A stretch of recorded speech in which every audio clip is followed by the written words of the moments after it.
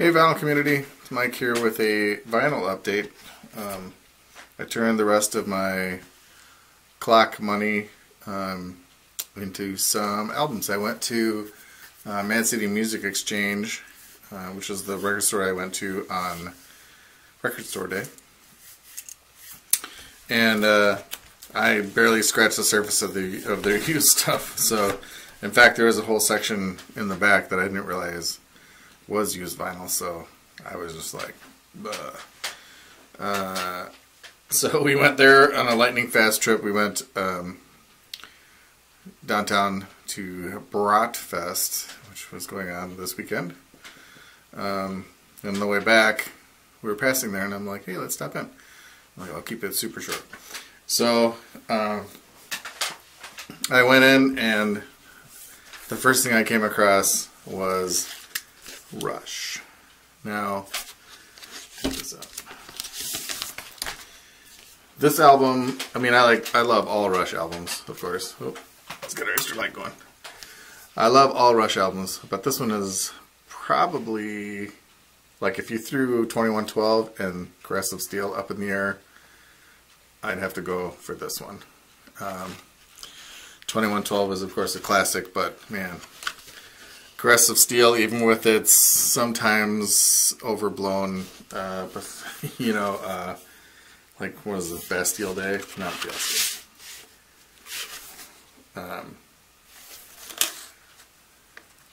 The whole side 2, I don't know which one's which. Yeah, all of side B is like one long song, basically split up into parts. Which was, I think, their first, you know, concept album. This one, my original Rush album. So my mom and I were living with this other gal and her son, and he brought home Rush 2112, and he's like, "Dude, you have to listen to this." And you know, like, turned off the lights, and we sat on our beds, and we just absorbed it, and I was like, wow, what is that? So I immediately went out and bought the only Rush album that I could find at the record store, which happened to be, thank you, Mom, Rush Chronicles. Not the live one later on, but the one that was actually the first, second, and third albums packaged together.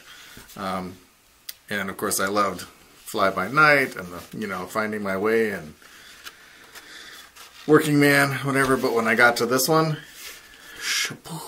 this was it. So I picked this up for $8, and I got a lot of Rush albums from Dalton. He had a lot of Rush, but I did not have this one. And I picked up a couple along the way too myself, and never came across that one. And it was $8. I'm like, come on. And then I picked up Elvis Costello, My Name Is True. This is, without a doubt, probably the best Elvis Costello album. So this was $8. Yeah. Yeah, they're both $8. So then, if you're tallying, I had $20-ish. I have 16 of it. So then I saw this one. This is the Siegel Schwall Band. Not sure that this would be widely known. These guys are from, I believe, well, I think at the time they were in Milwaukee, Chicago, I don't know, but you know, around the Midwest region. And throughout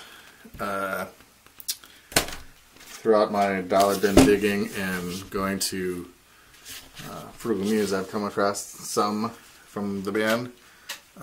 Best of Siegel Schwall, Sleepy Hollow. Sorry, my hand's on the name.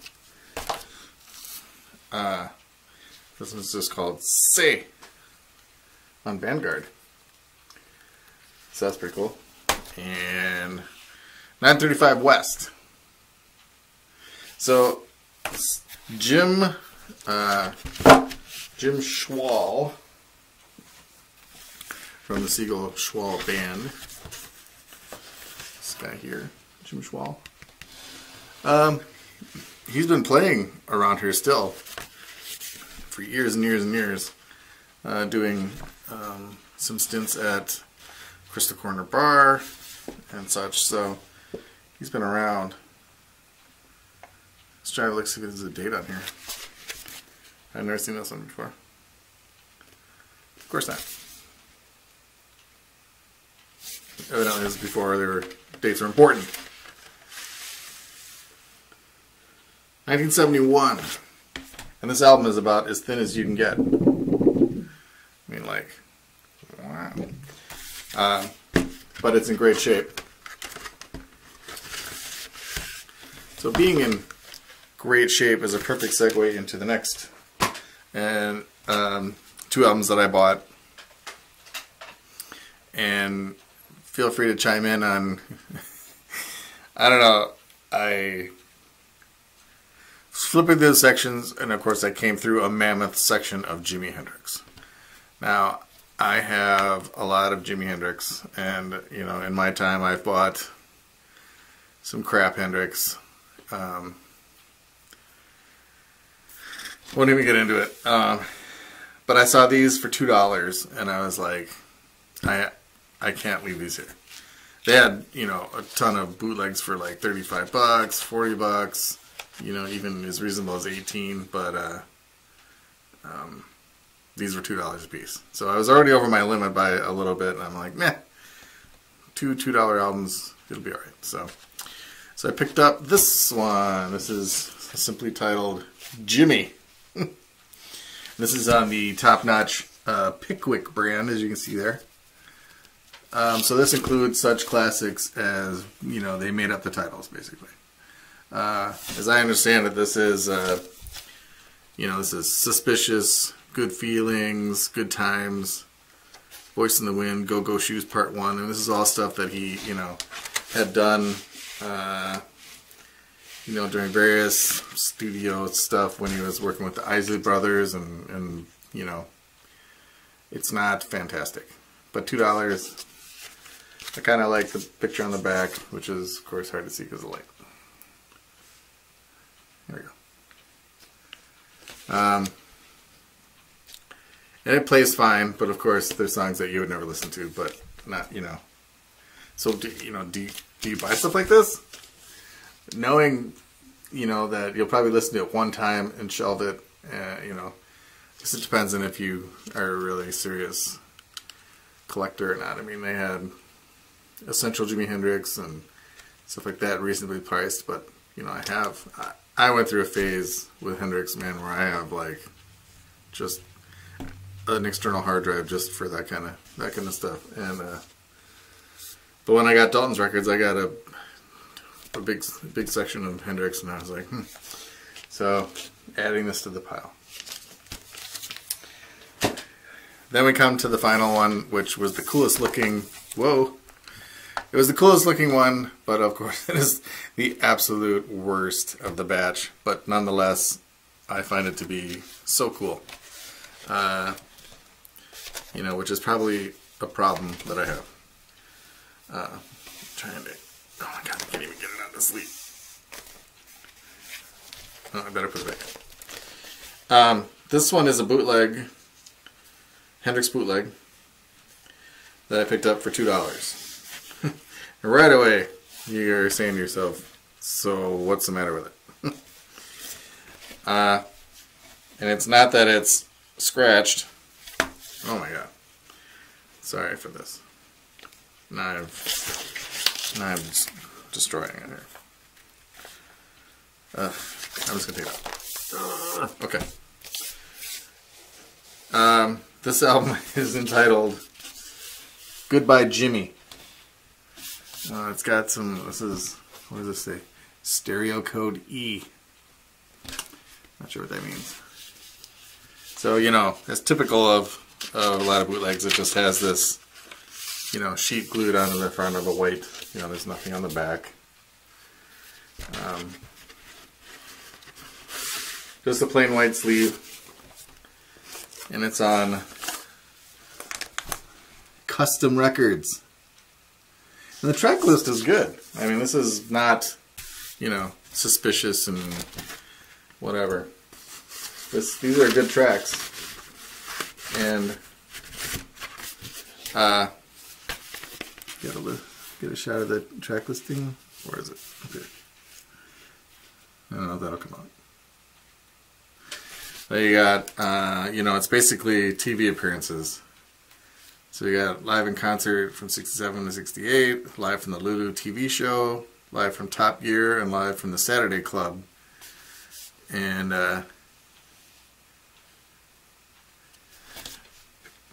picture of Jimmy. I didn't notice that. This is a picture of Jimmy leaning on a giant musket. I don't know what that's about, but you know, top quality here. So the record itself is, it looks like it's, you know, practically mint. There's hardly any scratches on it. It's shiny. So I was like, oh, this is going to be really good. So I put it on and I was like, oh, it's going. Why don't I hear anything? Evidently, all I can think of is that the pressing is so bad, or someone who owned it before me had like a needle that was messed up. Because basically, if your dial goes to 10, you have to turn this up to about, you know, 9.75 to be able to hear any of it. It's like it's unlistenable. It's terrible.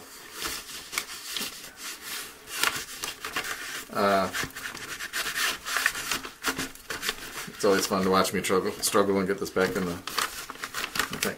So we're not going to do that. So yeah, goodbye Jimmy, $2. I mean, would you buy this? It says right now, I'm going to put this out there. It says the same thing on this one. It says right on the label, $2. I don't know if I can see that, but it says $2 as is. So, you know, I knew damn well that there was either something wrong with it or it was, you know, total crap. Or both. So, same with this, you know, $2 as is. So I knew it was not going to be, you know, fantastic.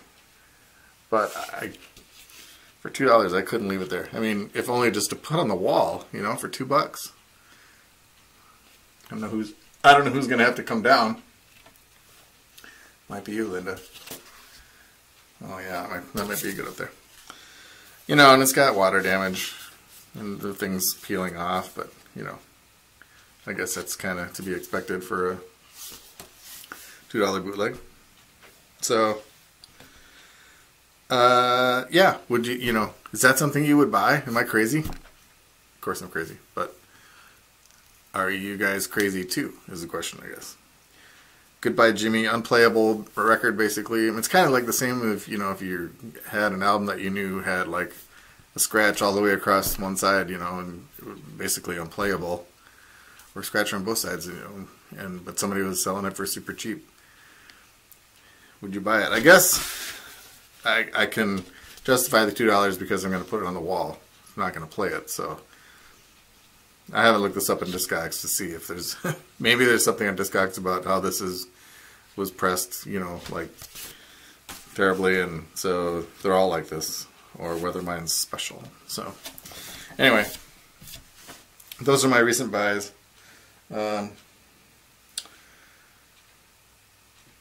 Siegel Schwal Band, Elvis Costello. I'm going to take that upstairs now and listen to it.